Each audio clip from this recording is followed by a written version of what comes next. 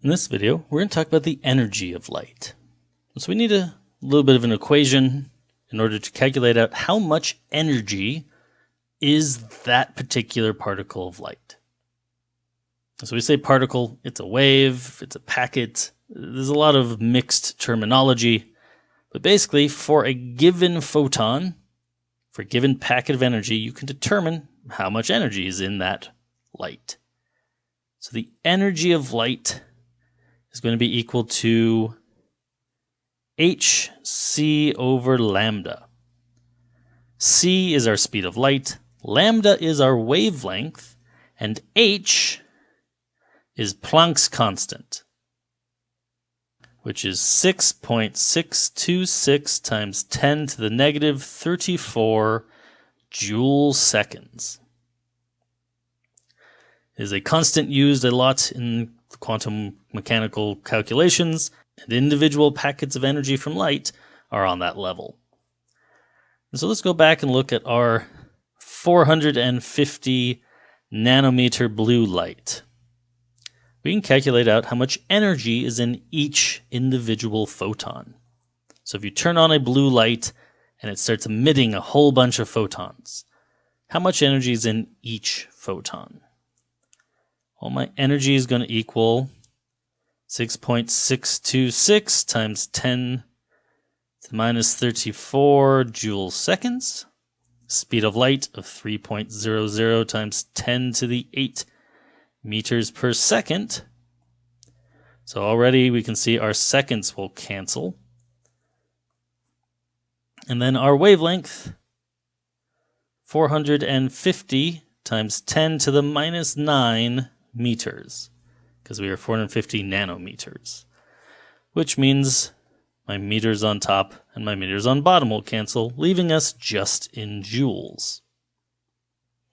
And what we will find is 4.417 times 10 to the minus 19 joules. Realistically, with a few less sig figs. 10 to the minus 19 joules. If we think back to our energy and Hess law calculations, where we're often talking about kilojoules, this is significantly less. An individual photon generally has incredibly tiny amounts of energy. This is the energy needed for moving one electron slightly on an atom. Now, if you think about the energy given off by moles of methane burning, well, that's 10 to the 23 molecules, all doing rather large organizations. A photon is created when one electron moves up or down in its orbitals.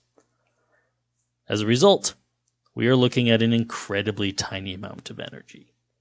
Nonetheless, if you were to have a mole of these, well, times 10 to the 23, that would give us a 10 to the 4, or about 44 kilojoules.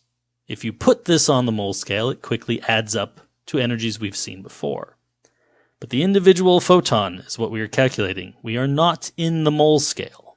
We are on the individual atomic scale. Well, what makes blue light blue? Having this energy. That is what actually creates the colors that we see. When you see all the various colors of the rainbow, what those actually are different wavelengths. The different wavelengths have different energies, and our eye can detect the different energy. We have several different receptors. Certain receptors work best at lower energy, other receptors work best at higher energy. If it fires both of them, it can figure out where in between that energy must be. And so our eye can detect a wide range of wavelengths and identify them as different colors of light. But that's true for visible light. And visible light tends to run about 450 nanometers through about 700 nanometers, which is not a very big difference in wavelength, because you can get much smaller and much larger. This range is our visible light. Visible light is a very narrow band.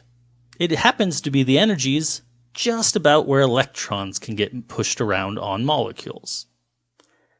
If you have a bigger wavelength, you'll have less energy. Think back to our formula, E equals hc over lambda. The bigger your lambda, the less energy you will get.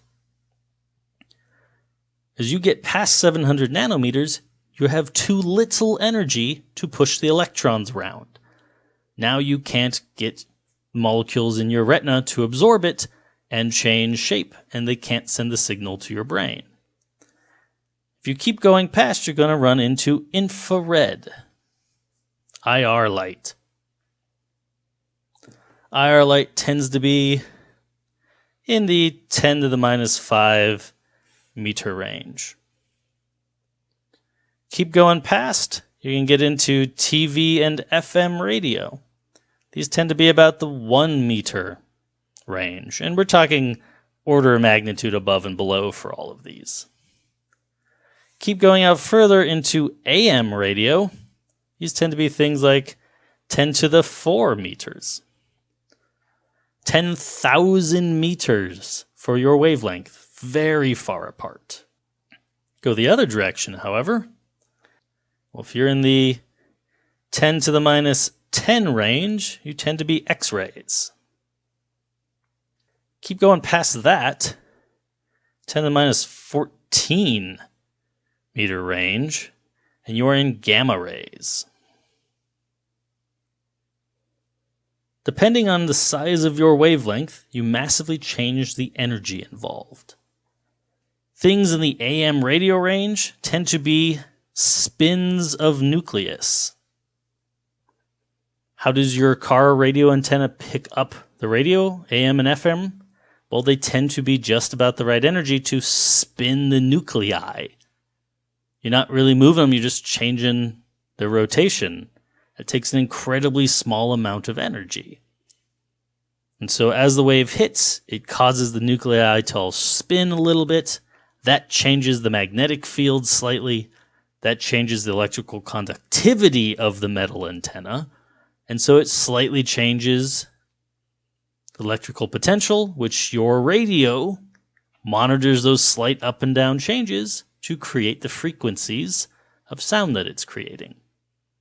And so every pulse from AM radio will pulse the speaker to make noise, and how you adjust it turns into sound that we recognize. More or less same is going on with FM, except we're slightly modulating the frequency. TV data, more or less the same. You slightly all adjust it. It will change what color it's sending as a signal to which pixel on your TV screen, at least in the days of old broadcast. IR light tends to be vibrations. Your atoms can do a couple things. Say you have a water molecule. Those hydrogens move in and out. They can do it together, where they're both moving out at the same time. So this is like holding your arms out and pushing them both away from you. And the reverse is those will then come back in at the same time. So your arms go out, your arms go in, your arms go out, your arms go in. This is a symmetric, but you can also have them be opposite, one going out, one going in. So if you hold your arms with one near your chest and one away, and then swap them back and forth. So right one near you, left arm extended, pull your left arm in, push your right arm out. This is an asymmetric stretch. And so they will quickly reverse and just keep bouncing back and forth. You can also have stretches where they're a little bending. They're kind of bending up. And then once they're up, they'll bend down. This is rocking. And so if you swing your arms forward and swing them back from the sides, this is a rocking motion. There's a lot of twisting molecules can do. The energy to change those twists is about the energy of an IR photon. Vibrations also tends to be what we pick up as heat. It makes your molecules bounce around, bounce into each other, create a little bit more friction. And so this is a thermal. IR is heat vision. It is the thermal radiation. Visible light, as we say, is about electron transitions on molecules, the energy needed to move an electron between bonds or different spots on a molecule or an atom. X-rays is the energy to break an electron off of an atom. You just knock it completely free. In fact, you can find this with ultraviolet light can do it, but X-rays will hit core electrons. And so when we talk about orbitals more, we'll talk about the different levels of electrons. But the basic idea is, if I have a nucleus, there's some electrons around it, and then there's more electrons, and there's more electrons. It's easier to knock the outside ones off than the inside ones. Ultraviolet light could knock off an outside one without too much trouble, but an inside electron is way closer to the nucleus. It's a lot harder to break it free. And this is what X-rays can do. X-rays take out core electrons. And finally, gamma rays. Gamma rays are the highest energy sources we know of in the universe, and for the most part, we have no idea where they come from. The lower energy gamma rays can come from nuclear decay. So when a material goes radioactive and ejects some high energy, some of that is gamma rays. It's just pure packets of energy of insanely high amounts. But that's still the lower end. We know that there's some neutron star collisions and black holes that we think can get into the middle range. Problem is, we've seen a few higher and we have no idea where they come from. So that's a little bit curious still to this day. The highest of high energy things is still a little beyond us. We've seen them, it just doesn't seem to work with the math for anything else. Literally, a star collapsing into a black hole doesn't tend to give off energy of that height. So we're still a little befuddled on the highest energy of the spectrum. But this is the light spectrum. This is the various energies our light can be based on their wavelength, the various purposes those energies can achieve. Let's take a thought for a second. Let's look at something that is 54 gigahertz. And let's find the energy. And determine what type of wavelength this is. What type of photon is this falling into? Well, a giga, if you think of mega is a million, a giga is a billion. So this is 54 billion hertz. So 54 times 10 to the 9 hertz. Now we think back to our C equals lambda nu. Well, we can find lambda. If I know lambda, well, then I can find energy, because our energy was equal to hc over lambda, which, well, if I divide by lambda on either side, frequency equals c over lambda. The equation was originally energy equals h nu. So we can actually plug that in. What is the energy? Our energy is going to equal 6.626 times 10 to the minus 34 joule seconds. And our frequency of 54 times 10 to the 9 per second hertz. Our seconds will cancel out. We'll just be in joules. What we'll find is that that energy is 3.58 times 10 to the minus 23 joules. Well, our visible light earlier was 10 to the minus 19, so we're 4 orders of magnitude smaller. If we want to find the wavelength of that, we can go back to our frequency here and say, well, wavelength is going to be c over frequency.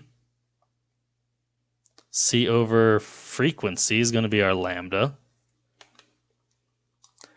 3 times 10 to the 8 divided by 54 times 10 to the 9. 0.0056 meters, or 5.6 times 10 to the minus 3 meters. That is infrared. That's on the lower end infrared. Infrared microwave radiation is also what our cell phones use. It's what our Wi-Fi signals and Bluetooth use. If you've ever heard the internet conspiracy theory that Wi-Fi sickness is a thing, that it can cause people to have allergic reactions and become sick from it, well, it only has the energy to heat things up. It doesn't have the energy to break any bonds. You have to be at the higher end of the visible. Literally, you can stand in front of your Wi-Fi signal, and basically everybody does, especially if you have a cell phone, and it races through you constantly, and at best it slightly warms things up. It cannot break bonds. It doesn't have the energy. And we can know that just by looking at the frequency of the signal involved. So here's a view of the range of energy of light and its calculation.